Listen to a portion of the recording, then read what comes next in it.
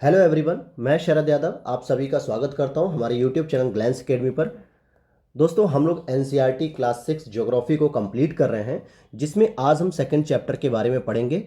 जिसमें हम लोगों ने कल आधी क्लास कर ली है, यानी आधा चैप्टर ये खत्म हो चुका है, जिसमें हम लोगों ने मुख्य रूप से अक्षांश रेखाओं को समझा, उसके प्रभाव को समझा, उसकी विशेषताओं के बारे में समझा। बहुत डिटेल से हमने डिस्कस किया। और आज हम लोग बात करेंगे देशांतर रेखाओं के बारे में कि देशांतर रेखाएं जो है कि कैसे होती हैं, क्या इनका प्रभाव होता है, पृथ्वी पर ये कितनी उपयोगी होती हैं और कितना जो है कि इनका रोल होता है।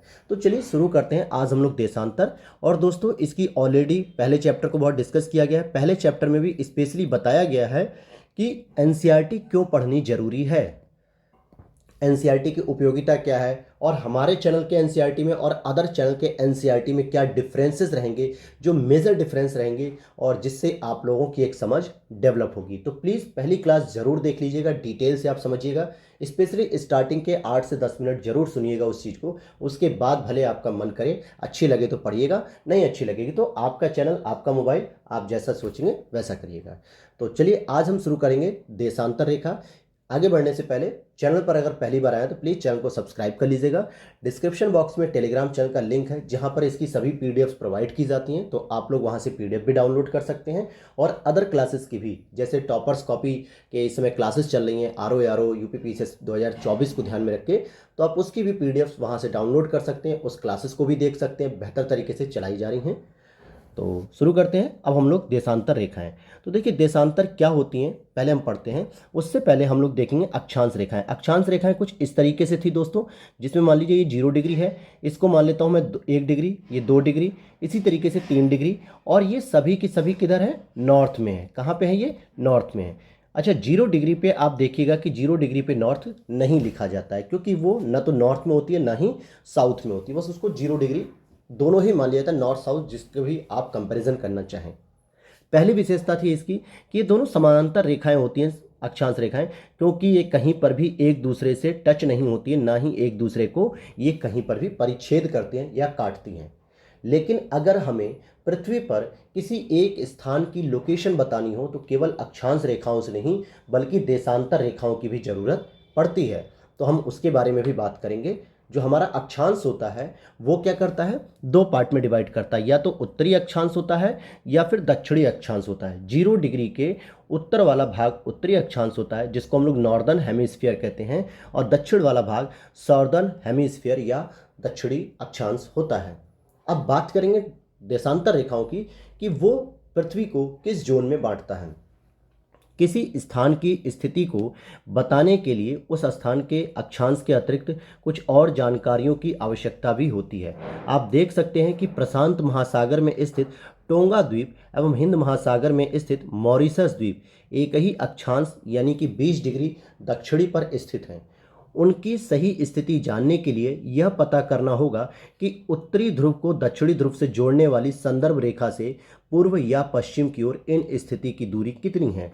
अब यहाँ पर बात आती है कि उत्तरी ध्रुव से दक्षिणी ध्रुव, हम लोगों ने समानांतर रेखा को जब पढ़ा था तो उसमें क्या विशेषता देखी थी कि वो कहीं ना कहीं पश्चिम से पूरब की ओर आ रही हैं या फिर पूरब से पश्चिम की ओर जा रही हैं। यहाँ पर एक बिंदु है, यहाँ पर एक बिंदु है, और इन दोनों बिंदुओं को आपस में वो मिलाती है। इसी को हम लोग 0 डिग्री भी कहते हैं, इसी को हम लोग 1 डिग्री भी कहते हैं, इसी को हम लोग 2 डिग्री भी कहते हैं। तो यहाँ पर बात आती है दोस्तों कि ये चीज़ तो समझ में आ गई, लेकिन जब ध्रुवों को मिलाने की बात आ रही है तो वो क्या है। जैसे ये आप देखेंगे, आपका एक ये पोल है जिसको हम लोग उत्तरी ध्रुव कहते हैं, और ये 90 डिग्री नॉर्थ होता है। उसी तरीके से एक यहाँ पर भी डॉट होता है, बिंदु होता है, जो कि 90 डिग्री साउथ होता है। और इन दो काल्पनिक बिंदुओं को मिलाने वाली रेखाएं सामान्यतः क्या होती हैं, देशांतर रेखाएं होती हैं। क्या होती हैं ये काल्पनिक रेखाएं, देशांतर रेखाएं होती हैं मेरे दोस्तों, जो कि उत्तरी ध्रुव और दक्षिणी ध्रुव को आपस में मिलाती हैं। तो पहली विशेषता हो गई कि उत्तरी ध्रुव को दक्षिणी ध्रुव से जोड़ने वाली या जो काल्पनिक रेखा होती है उसी को हम देशांतर रेखा कहते हैं, और इसमें जो डिवीजन होता है वो पूर्व और पश्चिम के रिगार्डिंग होता है। कैसे होता है, अब मान लीजिए ये रही आपकी 0 डिग्री की रेखा, जो आपको 90 डिग्री नॉर्थ से लेकर 90 डिग्री साउथ में जोड़ रही है। तो इसके पूर्वी भाग को यानी दाहिने भाग को हम लोग क्या कहेंगे, पूर्वी देशांतर, और इसके बाएं भाग को या पश्चिमी साइड को हम क्या कहेंगे, पश्चिमी देशांतर कह देंगे। क्या कह देंगे हम लोग, पश्चिमी देशांतर। जिस तरीके से हमने 0 डिग्री अक्षांश रेखा के ऊपरी वाले हिस्से को क्या कहा था, उत्तरी अक्षांश कहा था। क्या कहा था हम लोगों ने, उत्तरी अक्षांश। और 0 डिग्री के नीचे वाले हिस्से को हम लोगों ने कहा था दक्षिणी अक्षांश। कल के लेक्चर में हमने इसे समझा था। तो जो आपकी अक्षांश रेखाएं होती हैं वो पृथ्वी को उत्तर और दक्षिण के रूप में विभाजित करती हैं, लेकिन जो देशांतर रेखाएं होती हैं जो उत्तरी ध्रुव से दक्षिणी ध्रुव का मिलान करती हैं वो पृथ्वी को पूर्वी देशांतर रेखा और पश्चिमी देशांतर रेखा के रूप में डिवाइड करती हैं। तो मैं आपको एक छोटा सा फिगर बता दूं कि कुछ इस तरीके से डिवीज़न हो गया आपका। यानी अगर हम इस अक्षांश रेखा पर बल देंगे तो वो उत्तरी अक्षांश और दक्षिणी अक्षांश में डिवाइड करेगा, लेकिन जब हम इस देशांतर रेखा को प्रमुख मानेंगे, इस देशांतर रेखा को, तो ये सामान्यतः क्या करेगा, ये पश्चिमी देशांतर और एक पूर्वी देशांतर के रूप में डिवाइड कर देगा। तो इस तरीके से हम किसी भी देश या किसी भी स्थान या किसी भी द्वीप की लोकेशन बता पाएंगे कि वो उत्तरी अक्षांश में है या दक्षिणी अक्षांश में है। और दूसरा पॉइंट कि वो पश्चिमी देशांतर है या पूर्वी देशांतर है। अब मान लीजिए कि एक देशांतर रेखा के बाद एक अक्षांश रेखा ऐसी जा रही हो, ये अक्षांश रेखा होगी ऐसी, और अगर कोई लोकेशन यहाँ पर है, इस पॉइंट पर है, तो हम यह तो बता देंगे कि भाई ये जो 0 डिग्री जा रही है, ये वाली 0 डिग्री ये जा रही है अक्षांश रेखा, तो इसका मतलब हो गया ये उत्तरी अक्षांश में तो आती है, लेकिन ये उत्तरी अक्षांश के साथ साथ ये पश्चिमी देशांतर में आ रही है, पूर्वी देशांतर में नहीं, क्योंकि यह आपके 0 डिग्री देशांतर के पश्चिम में हिस्सा है, पश्चिम में स्थित है। और हमारा जो भारत का लोकेशन है वो कहाँ पे लोकेट होता है, तो वो हमारा जो भारत का लोकेशन होता है वो कुछ ऐसा होता है। ये मान के चलिए 0 डिग्री अक्षांश और ये मान के चलिए 0 डिग्री देशांतर, और हमारे भारत की जो लोकेशन है वो लगभग कुछ इस तरीके से है मेरे प्यारे दोस्तों, कुछ इस तरीके से लोकेशन हमारे भारत की है। तो हम क्या कहेंगे कि 0 डिग्री के ऊपर होने की वजह से उत्तरी अक्षांश हो गया, और साथ ही साथ देशांतर रेखा के पूर्व में स्थित होने की वजह से हम कहते हैं कि हमारे भारत की जो लोकेशन है वो क्या होती है, उत्तर पूर्व अक्षांश। क्या होती है दोस्तों, उत्तर पूर्व अक्षांश, यानी उत्तरी अक्षांश के साथ साथ वो पूर्वी देशांतर में स्थित है। इसीलिए हमारे भारत की स्थिति नॉर्थ ईस्ट के जोन में जानी जाती है पृथ्वी के या वर्ल्ड के कॉन्टेक्स्ट में। इतनी बात क्लियर हो गई। अब हम देखेंगे कि इसी संदर्भ रेखाओं को देशांतर या देशांतरी याम्योत्तर भी कहा जाता है। समझते हैं अब इसको हम। उनके बीच की दूरी को देशांतर के अंशों में मापा जाता है। प्रत्येक अंश को मिनट में तथा मिनट को सेकंड में विभाजित किया जाता है, क्योंकि समय बताने का जो प्रमुख कार्य होता है वो देशांतर रेखाओं के द्वारा किया जाता है। हम जो अपने भारत में ये देखते हैं ना कि भारत का जो समय होता है 5.5 घंटे आगे होता है ग्रीनविच टाइम से, तो इसमें अक्षांश से ज़्यादा देशांतर रेखाओं का महत्व होता है। या फिर हम 82.5 डिग्री पूर्वी देशांतर की बात करते हैं जो मिर्ज़ापुर और इलाहाबाद के आसपास क्षेत्रों से जाती है, जो भारत का एक मानक समय रेखा है। तो हम देशांतर रेखा की बात कर रहे होते हैं, न कि अक्षांशी रेखा की। हम आगे इस चीज़ को भी समझेंगे अभी इसी क्लास में। तो अब देखते हैं देशांतर रेखाएं जो है दोस्तों ये अर्धवृत्त हैं। ये ध्यान देने वाली बात है, अर्धवृत्त हैं।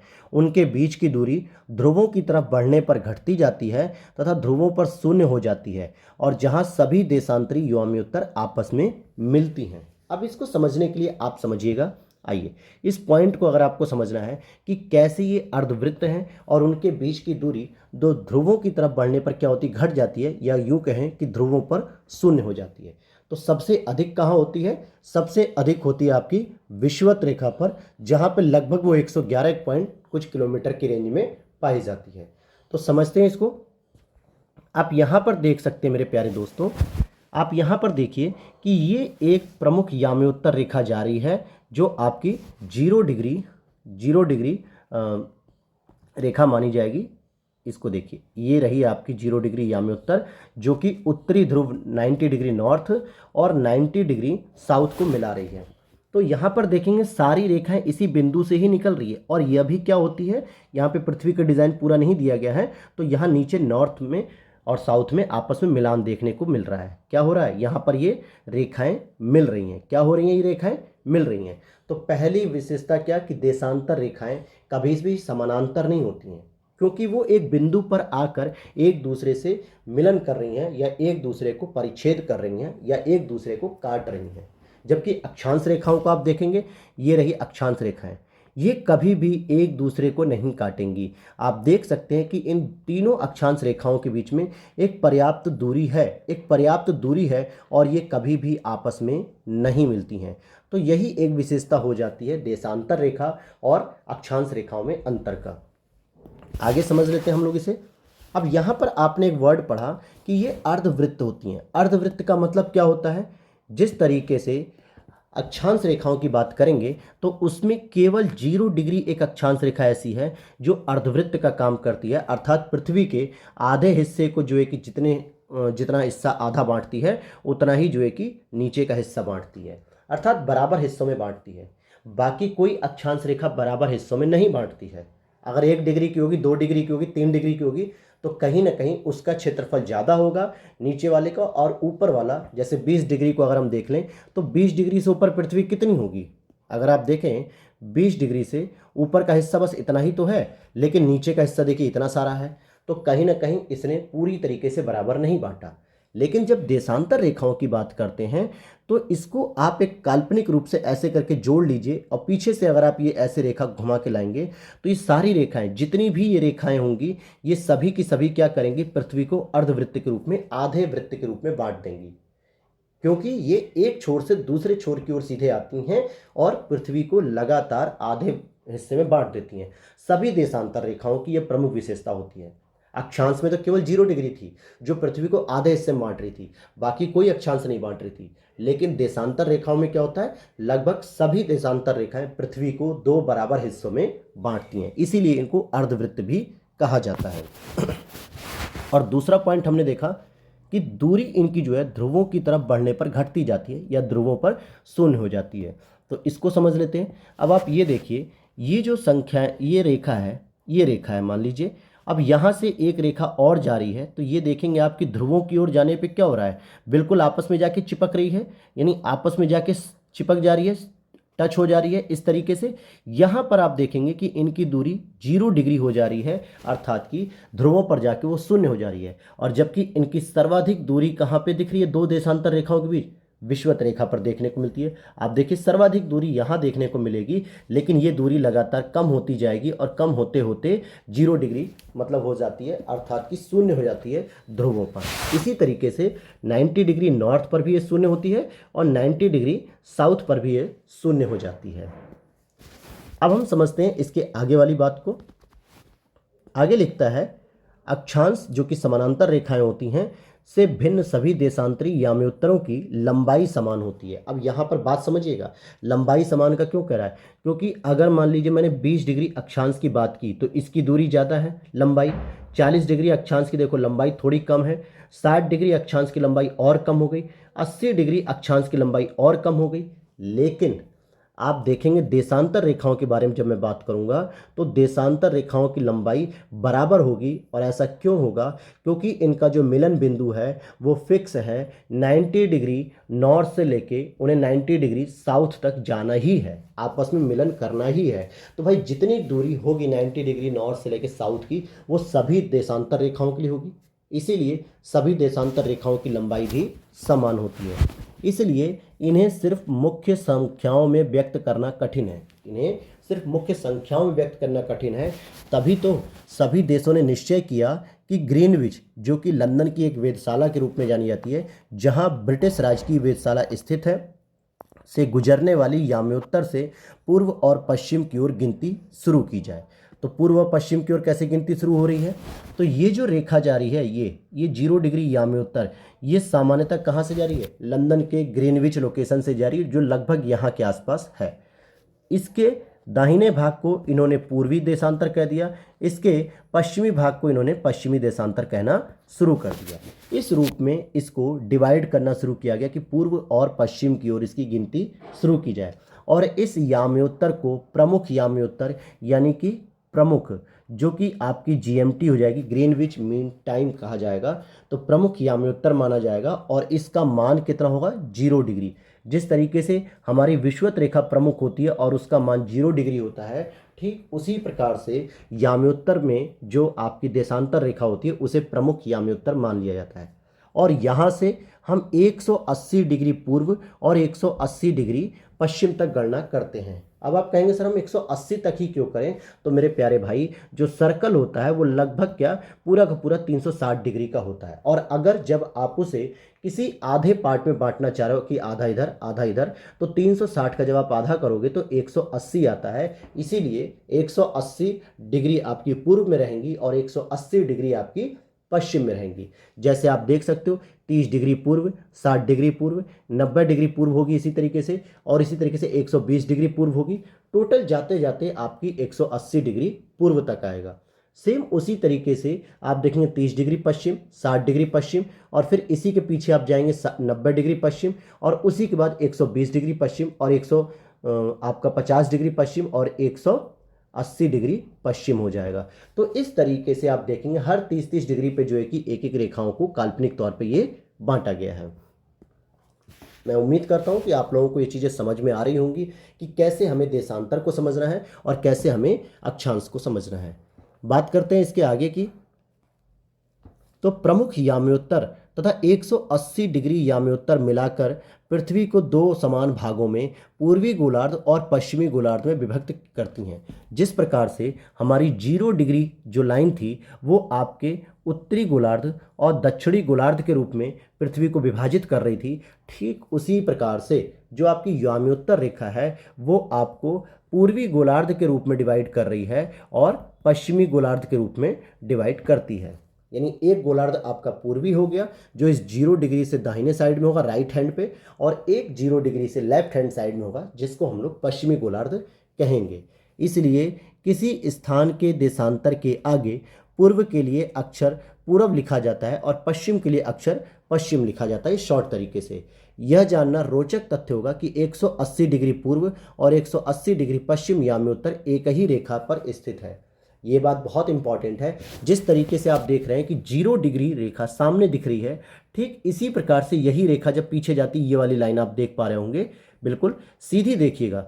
ये देखिए ये फ्रंट में क्या है 0 डिग्री है आपकी ये, और इसी के पीछे ये जो जा रही रेखा ये 180 डिग्री है। कहने का मतलब हो गया कि चाहे ये 180 डिग्री आप इसे पूर्व कह दीजिए या फिर आप इसे पश्चिम कह दीजिए। जब आप ऐसे बढ़ते हैं 30 degree, 60 degree, 90 degree, 120 degree, 150 degree और 180 डिग्री, जब इधर से बढ़ेंगे 30 degree, 60 degree, 90 degree, 120 degree, 150 degree और 180 डिग्री, तो ये जो 180 डिग्री है दोस्तों, ये पश्चिमी और पूर्वी अलग अलग नहीं बल्कि एक ही रेखा है। बस जो व्यक्ति पश्चिम से जाता है वो इसको 180 डिग्री पश्चिम कहता है, और जो डिग्री पूरब से जाता है, जो व्यक्ति पूरब से जाएगा वो इसको 180 डिग्री पूरब कहेगा। तो यहाँ से क्या पहचान मिली कि जिस तरीके से 0 डिग्री याम्योत्तर केवल एक रेखा है, उसी तरीके से 180 डिग्री याम्योत्तर रेखा भी एक ही है। पूरब से जाने वाला व्यक्ति इसे पूरब कह देगा और पश्चिम से जाने वाला व्यक्ति इसे पश्चिमी रेखा कह देगा। तो यानी दो अलग अलग रेखाएं ये नहीं हैं। इतनी बात क्लियर होनी चाहिए आपको। अब यहाँ पर हम बात करेंगे, आगे बढ़ते हैं। अब ग्लोब पर अक्षांश यानी कि समानांतर रेखाओं एवं देशांतरी याम्योत्तर के द्वारा बनी ग्रिड को देखें। ग्रिड को, यही जो चीज़ें हैं जैसे ये मैंने अभी आपको दिखाया, ये ग्रिड ही तो है। ग्रिड मतलब होता है जाल तरीके का। आप देखिए ये आपकी याम्योत्तर या देशांतर रेखाएं आ रही हैं, और इसमें ग्रिड पद्धति कब बनेगी? जब आप इसमें ब्लॉक्स बना देंगे। ब्लॉक्स कैसे बनेंगे? जब आप अक्षांशीय रेखाओं को विभक्त करेंगे, कुछ इस तरीके से अक्षांशीय रेखाएं चलेंगी ऐसे करके, ठीक है। तो आप देखेंगे कि एक एक ये ब्लॉक्स बन रहे हैं। क्या बन रहे हैं? ये एक एक ब्लॉक्स बन रहे हैं। तो इसी को हम ग्रिड पद्धति भी कहते हैं। अगर आपको किसी स्थान के अक्षांश और देशांतर का सही जानकारी हो तो ग्लोब पर आप उस स्थान का पता आसानी से लगा सकते हैं, अगर हमें पता हो तो। जैसे मान लीजिए असम में धुबरी जो है कि 26 उत्तर यानी उत्तरी अक्षांश और 90 डिग्री पूर्वी देशांतर पर स्थित है। अब उस बिंदु को देखिए जहां ये दोनों रेखाएं एक दूसरे को काटती हैं, यह बिंदु धुबरी की सही स्थिति होगी। तो चलिए समझते हैं इसको हम लोग। अब मैं आपसे बात करता हूं कि आप पहले अक्षांश रेखाओं को देखिए। 26 डिग्री उत्तरी अक्षांश, हमारा भारत कहाँ पे स्थित है? साउथ में, मतलब कि आपके उत्तरी गोलार्ध में स्थित है, वो भी पूर्वी भाग में। तो अब हम देखेंगे, जैसे मान लीजिए ये 20 डिग्री है, ये 20 डिग्री रेखा आ रही है अक्षांश विस्तार, और इसने कहा कि 26 डिग्री अक्षांश। तो मैं मान के चलता हूं कि लगभग 20, 21, 22, 23, 24, 25 करेंगे तो यहाँ के आसपास आएगी आपकी 26 डिग्री उत्तरी अक्षांश। फिर कह रहा है वो, क्योंकि उत्तरी अक्षांश कहा था, दक्षिणी अक्षांश नहीं, इसीलिए मैंने 26 डिग्री नॉर्थ लगाया है। फिर वो कहता है 90 डिग्री पूर्वी देशांतर पर स्थित है। मैं मान के चलता हूं कि 30 डिग्री अगर ये पूर्वी है, 60 डिग्री ये पूर्वी है, तो लगभग 90 डिग्री ये पूर्वी होगी। अब 90 डिग्री और ये 26 डिग्री का जहां पे मिलन हो रहा है, वही बिंदु आपका क्या हो गया, धुबरी का हो गया। क्या हो गया, धुबरी यहीं पर स्थित है। तो इस तरीके से आपने देखा कि जब हमें अक्षांशीय विस्तार पता होता है और देशांतरी विस्तार, तो हम एकदम एक्चुअल फिगर यानी एग्जैक्ट लोकेशन को बता सकते हैं। इसीलिए हमारा जो मैपिंग सिस्टम होता है, जो गूगल मैप होता है, जिसे हम लोग देख के कहीं रास्ते वगैरह को, लोकेशन को ट्रेस करते हैं, तो उसमें आप अगर गौर से देखेंगे, डिटेल अगर उसकी ओपन करेंगे हिस्ट्री की, तो उसमें आपको नॉर्दर्न हेमिस्फीयर के साथ साथ ईस्टर्न हेमिस्फीयर भी दिखाएगा। अर्थात उत्तरी अक्षांश और पूर्वी देशांतर दोनों ही चीज़ें उसमें लोकेट करेगा, तभी आप किसी स्थान की स्थिति को बता पाएंगे। और आगे चलते हैं अब हम लोग।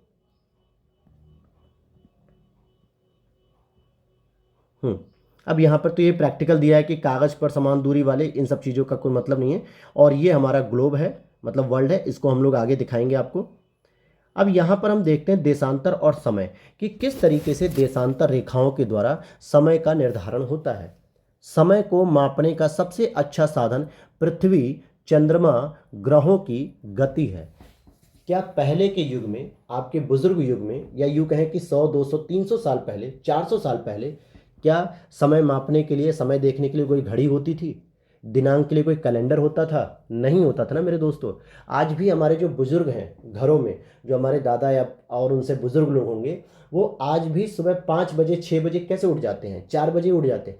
उन्हें एक आइडिया लग चुका होता है कि अब सूर्य का प्रकाश धीरे धीरे उगने वाला है, किरणें आने वाली हैं। इसका मतलब कि सूर्य दिखने का मतलब हो गया कि सुबह का 5 बजे का टाइम हो चुका है, अर्थात कि सुबह हो चुकी है। और जब सूर्य ढल जाता है शाम को 5, 6 बजे, 7 बजे, 8 बजे, तो यह मान लिया था कि अब यह रात का वक्त हो चुका है, 7 बजे के आसपास। तो कहने का अर्थ हो गया कि वो जो बुजुर्ग लोग थे, वो इस अनुभव से समय का निर्धारण करते थे, और जो कि बिल्कुल सही होता था कि वो पृथ्वी की गति सूर्य के सापेक्ष देखते थे, कि सूर्य कब हमें दिख रहा है, कब हमें नहीं दिख रहा है। सूर्य जब एकदम सिर के ऊपर चमकता था, सूर्य एकदम सिर के ऊपर खड़ा हो जाता था, यानी हमें बहुत अधिक गर्मी लगती थी, तो वो लोग कहते थे कि अब ये दोपहर का समय चल रहा है, जो कि 12 बजे से लेकर 2 बजे तक बहुत गर्मी रहेगी, सूर्य हमारे सिर के ऊपर चमक रहा है। तो ये सारी चीजें वो ग्रहों की गति के आधार पर ही बताते थे। तो सूर्यास्त एवं सूर्योदय प्रतिदिन होता है, अतः स्वाभाविक है कि यह पूरे विश्व में समय निर्धारण का सबसे अच्छा साधन है। स्थानीय समय का अनुमान सूर्य के द्वारा बनने वाली परछाई से लगाया जा सकता है, जो दोपहर में सबसे छोटी होती है और सूर्योदय और सूर्यास्त के समय सबसे लंबी होती है। दोपहर के समय क्यों हमारी परछाई सबसे छोटी होती है? क्योंकि मान लीजिए ये है हमारे चंपू लाल, और इन चंपू लाल के सिर पे क्या है, सूर्य चमक रहे हैं। अब सूर्य बाबा चमक रहे हैं, तो इनकी परछाई क्या होगी, इनकी किरणें सब इसी पे पड़ रही हैं, और परछाई फिर यहीं पे तो बनेगी, केवल यहीं पे सबसे छोटी।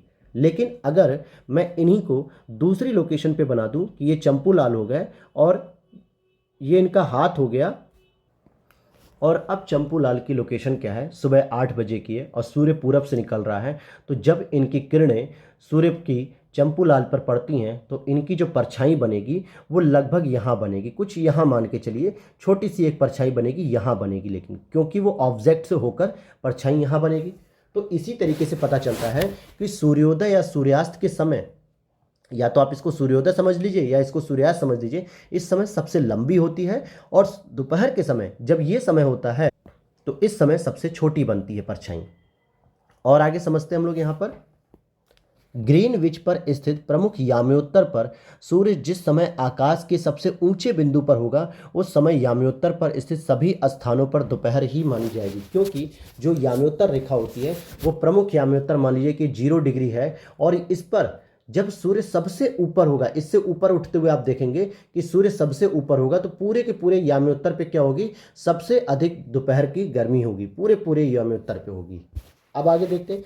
चूंकि पृथ्वी पश्चिम से पूर्व की ओर चक्कर लगाती, पहला पॉइंट है आपका, ये रिमार्केबल है, यहाँ से प्रश्न आपको स्टेटमेंट वाइज मिल जाता है कि पृथ्वी पश्चिम से पूर्व की ओर चक्कर लगाती है। लगभग हमारे 8 में से 6 ग्रह सूर्य की तरफ घूमते हैं और पश्चिम से पूर्व की ओर गति लगाते हैं। लेकिन 2 ग्रह ऐसे हैं, जैसे एक उसमें आएगा आपका शुक्र, और दूसरा आएगा आपका अरुण, जो सामान्यतः किधर से किधर गति करते हैं, ये आपका रिवर्स चलते हैं, पूर्व से पश्चिम की ओर चलते हैं। किधर चलते हैं मेरे दोस्तों, ये पूर्व से पश्चिम या ईस्ट टू वेस्ट आप समझ सकते हैं कि शुक्र और अरुण ये दो ग्रह ऐसे हैं जो पश्चिम से पूर्व नहीं बल्कि पूरब से पश्चिम चलते हैं। बाकी सभी 6 ग्रह जिसमें आपका बुध आ जाएगा, मंगल आएगा, पृथ्वी, बृहस्पति, शनि, नेपच्यून यानी कि वरुण हो गया, ये सभी ग्रह आपके किधर चलते हैं, मुख्य रूप से पश्चिम से पूरब चलते हैं। और आगे समझते हैं इनकी चीज़ों को अब हम। अतः वे स्थान जो ग्रीनविच के पूर्व में हैं उनका समय ग्रीनविच समय से आगे होगा तथा जो पश्चिम में है उनका समय पीछे होगा। अब कहने का अर्थ क्या हो गया, जैसे मान लीजिए मैंने एक आपके लिए एक छोटी सी पृथ्वी बनाई है, क्यूट सी पृथ्वी, और यहाँ पर आप देखेंगे कि ये 0 डिग्री आपका देशांतर रेखा हो जाएगी। क्या हो जाएगी, 0 डिग्री देशांतर रेखा हो जाएगी। अब यहाँ पर कह रहा है कि जो पश्चिम से पूरब, मतलब आपकी जो पृथ्वी की रोटेशन होती है वो कुछ इस तरीके से होती है, ईस्ट मतलब वेस्ट टू ईस्ट होती है, कुछ इस तरीके से पृथ्वी की रोटेशन होती है। और यहाँ पर लिख रहा है कि वे स्थान जो ग्रीनविच के पूर्व में है, यानी इस ग्रीनविच से पूर्व में आएंगे तो उनका समय क्या होगा, फॉरवर्ड होगा, आगे होगा, और इनका समय क्या होगा, बैकवर्ड होगा, यानी कि पीछे होगा। क्यों, क्योंकि जो पश्चिमी देशांतर है ये पीछे है और जो पूर्वी देशांतर है ये आगे है, इसलिए सबसे पहले समय यहाँ पर होगा, न कि पश्चिमी क्षेत्र में। इसीलिए आपके सामने एक प्रश्न भी आता है कि अरुणाचल प्रदेश में 2 घंटे पहले सूर्य उग जाता है, यानी उदय हो जाता है सूर्योदय, जबकि गुजरात में 2 घंटे बाद होता है। ऐसा क्यों होता है, क्योंकि आपकी जो रोटेशन है पृथ्वी की वो वेस्ट टू ईस्ट है, इसीलिए सबसे पहले ईस्ट वाले पार्ट में उदय होता है सूर्य, इसलिए नॉर्थ ईस्ट के जोन में अरुणाचल प्रदेश में सबसे पहले सूर्य दिखता है, और सबसे पश्चिमी पार्ट जो होता है आपका गुजरात, वहाँ पे सबसे लेट होता है, अर्थात 2 घंटे पीछे सूर्य उदय होता है। अब समझते हैं, तो ये बात क्लियर हो गई कि ग्रीनविच समय से आगे तथा पश्चिम में जो है कि उसका समय पीछे होगा। इतनी बात आपको क्लियर हो गई, इसीलिए हम इसको पॉजिटिव लिख देते हैं और इसको निगेटिव लिख देते हैं। क्या लिख देते हैं, निगेटिव, कि यहाँ का समय पीछे और यहाँ का समय आगे है। समय के अंतर की दर की गणना निम्नलिखित विधि से की जा सकती है। जैसे पृथ्वी लगभग 24 घंटे में अपने अक्ष पर 360 डिग्री घूमती है, तो उसकी घूमने की डिग्री कितनी है, 360, लेकिन टाइम कितना ले रही है वो, 24 आवर। अर्थात क्या हो गया, अगर आप 360 को डिवाइड करते हैं, किससे करेंगे, 24 से, तो आपका आएगा 1 घंटे में 15 डिग्री। आप चाहे तो करके देख लीजिए, आप इसको जब काटेंगे 24 का पहाड़ा आप 15 बार पढ़ेंगे तो आपको देखने को मिलेगा कि 360 क्या हो जाएगा, कट जाएगा। क्या हो जाएगा दोस्तों, कट जाएगा। तो कितना आएगा वैल्यू, 1 घंटे में 15 डिग्री। अब यहाँ पर आप देखेंगे 1 घंटे को भी अगर मैं इसे 60 मिनट में कन्वर्ट कर दूं और फिर अगर मैं इसको क्या करता हूँ, 15 डिग्री को अगर डिवाइड करता हूँ तो मैं कह सकता हूँ 15 चौक 60, यानी कि 4 मिनट में 1 डिग्री जो है कि घूमती है। क्या करती है, 4 मिनट में 1 डिग्री हमारी पृथ्वी घूम जाती है। यानी पृथ्वी को 1 डिग्री देशांतरी विस्तार करने के लिए 4 मिनट का समय चाहिए। अर्थात एक ये 0 डिग्री की देशांतर रेखा है और इसके बाद उसे 1 डिग्री देशांतर रेखा पे आना है, तो इन दोनों के बीच का जो समय होगा वो क्या हो जाएगा, 4 मिनट। इसी तरीके से मान लीजिए 2 डिग्री देशांतर रेखा पे आना हो तो इसके बीच का जो समय होगा वो भी 4 मिनट होगा। तो कुल मिला के 2 डिग्री तक जाने के लिए, 0 से 2 डिग्री देशांतर पर जाने के लिए टोटल उसको कितने मिनट वेट करना पड़ा, यानी 8 मिनट आगे चल रही है वो। और अगर यही काम अगर वो पीछे करे तो 4 मिनट पीछे, या और आगे जाएगी तो 8 मिनट पीछे। तो इस तरीके से आप देखेंगे कि 0 डिग्री से आगे जाने पर आपका क्या होगा, 1 डिग्री का मान बढ़ने के लिए 4 मिनट का समय लगता है। अब जैसे एग्जाम्पल में यहाँ समझिए, इस प्रकार जब ग्रीनविच में दोपहर के 12 बजते हैं तब ग्रीनविच से 15 डिग्री पूर्व का समय होगा 15 चौक 60। क्यों होगा भाई, क्योंकि 4 मिनट के लिए 1 डिग्री हो गया, तो 15 डिग्री के लिए क्या होगा, 15 गुणा 4 यानी कि 60 मिनट आपका लगेगा, या यूँ कहें कि 1 घंटा। अर्थात आपको 15 डिग्री अगर पूर्व में आना है तो 1 घंटा आगे चलना पड़ेगा, और इसलिए ग्रीनविच या ग्रीनिच के समय से 1 घंटा आगे, अर्थात वहाँ दोपहर का 1 बज रहा होगा। कहाँ पे, जहाँ भी 15 डिग्री होगा। अब मान लीजिए कि ये रही आपकी 0 डिग्री की लोकेशन और यहाँ पे दोपहर के 12 बज रहे हैं, तो सेम टू सेम इसी समय अगर आप 15 डिग्री वालों से पूछेंगे फ़ोन करके कि भाई तुम्हारे यहाँ कितना बज रहा है, तो वो कहेगा सर मेरे यहाँ 1 बज रहा है। इसी तरह अगर आप 30 डिग्री वाले से पूछेंगे तो वो कहेगा भाई मेरे यहाँ 2 बज रहा है। अगर आप इसी तरीके से भारत के लोगों से पूछोगे तो वो कहेंगे सर मेरे यहाँ तो 5:30 बज रहा है। क्यों? क्योंकि 5:30 घंटा हमारे भारत का समय आगे होता है। इतनी बात क्लियर हो गई दोस्तों। उम्मीद करता हूँगा कि ये आपको सेशन समझ में आ रहा होगा, चीज़ें यहाँ पे समझ में आ रही होंगी। पूरी तरीके से मैं प्रैक्टिकली आपको बता रहा हूँ। अब इसी तरीके से आप देखेंगे, लेकिन अगर ग्रीनिच से या ग्रीनविच से 15 डिग्री पश्चिम का समय अगर आप जाएंगे, पीछे जाएंगे, तो 1 घंटा आप पीछे कर लीजिए। अर्थात कि 0 डिग्री पे अगर 12 बज रहा है और अगर आप पूरब की ओर जा रहे हैं, 15 डिग्री पूर्व की ओर जा रहे हैं, तो आपको वो व्यक्ति फ़ोन करके कहेगा कि भाई मेरे यहाँ 1 बज रहे हैं अभी। लेकिन अगर आप 15 डिग्री पश्चिम की ओर जा रहे हैं, जब आप यहाँ पे किसी से फ़ोन करके पूछेंगे तो वो कहेगा भाई मेरे यहाँ अभी 11 बजे हैं।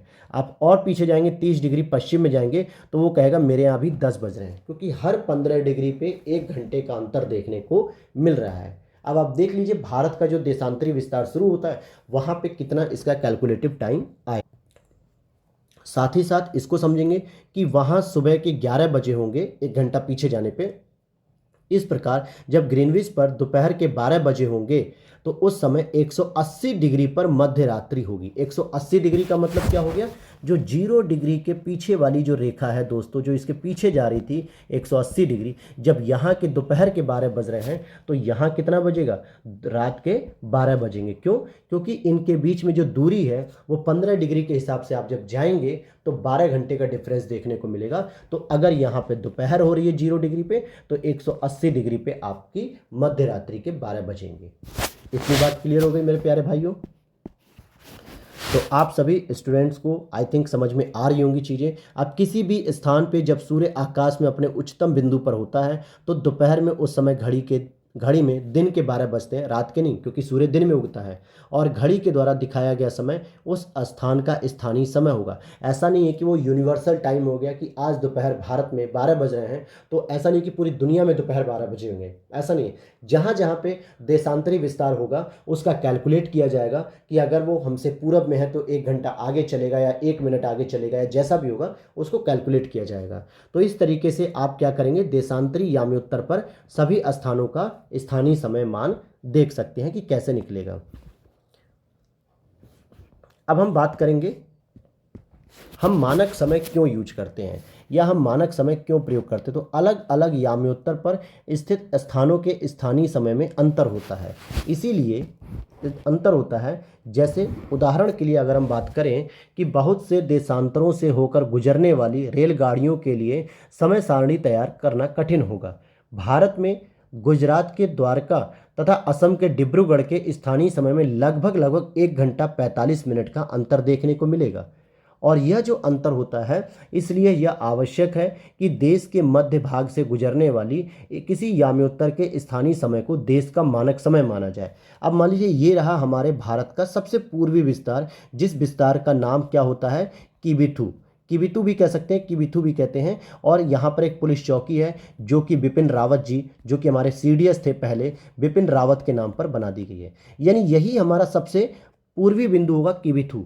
इसी तरीके से हमारा जो सबसे पश्चिमी बिंदु है जहाँ से भारत शुरू होता है उसको हम लोग कहीं कहीं गुहार मोती पढ़ते हैं या गोरा माता भी कहते हैं। जो भी अलग अलग बुकों में आप पढ़ते हो, गुहार मोती या गोरा माता, बात एक ही है। तो यहाँ से शुरू होके यहाँ तक जाता है। यहाँ कहीं पे आप देख लीजिए कि द्वारका यहाँ कहीं है, इस लोकेशन पे आपका द्वारका है। मैं फिर से बता देता हूँ आपको कि मान के चलिए कि इस लोकेशन पे द्वारका है और डिब्रूगढ़ आसपास यहाँ पर होगा। तो इन दोनों के बीच की जो समय होंगे उसमें 1 घंटा 45 मिनट का अंतर होगा। लेकिन अगर मैं बात करूँ यहाँ से लेकर यहाँ तक, तो इनके बीच की जो समय रेखा होगी, इनके बीच की जो समय की दूरी होगी वो लगभग 2 घंटे की दूरी होगी। क्लियर हो गई बात इतनी? और वो कैसे होगी? और इसी चीज़ को सही करने के लिए क्या किया गया कि हमारी भारत सरकार के द्वारा बीचों बीच से लगभग 182 डिग्री पूर्वी रेखा खींची गई, जो कि मानक याम्योत्तर होगी। और यह 5 राज्यों से होकर गुजरती है। कितने राज्यों से होकर गुजरती है? 5 राज्यों से। देशांतर रेखा है, इसलिए इसका विस्तार कैसे होगा? नॉर्थ टू साउथ होगा, यानी उत्तर से दक्षिण की ओर। सबसे पहले इसको यूपी मिलेगा, फिर आपको छत्तीसगढ़ मिलेगा, फिर यहाँ पर और इसी तरीके से यहाँ से एमपी से जाएगी, फिर यहाँ से ओडिशा और यहाँ पे आंध्र प्रदेश। तो आप देखेंगे कि 5 राज्यों से होकर हमारे भारत की मानक समय रेखा जाती है। लेकिन अगर हम बात करें उत्तर प्रदेश में, तो ये लगभग इलाहाबाद और मिर्जापुर के बीच का एक क्षेत्र है। कड़ा मानिकपुर भी इसे कह सकते हैं, कड़ा वाला क्षेत्र, या इलाहाबाद का ही क्षेत्र मान लीजिए। तो वहाँ से होकर ये यूपी में जाती है। तो इसका विस्तार उत्तर से दक्षिण आपका क्रम से होना चाहिए। सबसे पहले आपका आएगा यूपी, फिर आपका आएगा एमपी, फिर आपका छत्तीसगढ़, फिर आपका ओडिशा और फिर आपका आंध्र प्रदेश। तो इस तरह से 5 राज्यों से यह समय रेखा जाती है। अब आप दूरी देख लीजिए कि जितनी दूरी लगभग इसके बीच की है, उतनी ही दूरी तो कुछ इसके बीच की है। अब आप कहेंगे सर ऐसे कैसे हम मान लें? तो भाई सिंपल सी बात है, 68 और 97 का एवरेज निकाल लो। एवरेज निकालने पे तो पता चल जाएगा ना। और कितना आ रहा है इसका एवरेज, आप लोग भी कैलकुलेट कर सकते हैं चाहे तो। इसका एवरेज आएगा, देखिए 165 डिवाइड बाई जब हम 2 करेंगे तो कितना आ जाएगा, लगभग आ जाएगा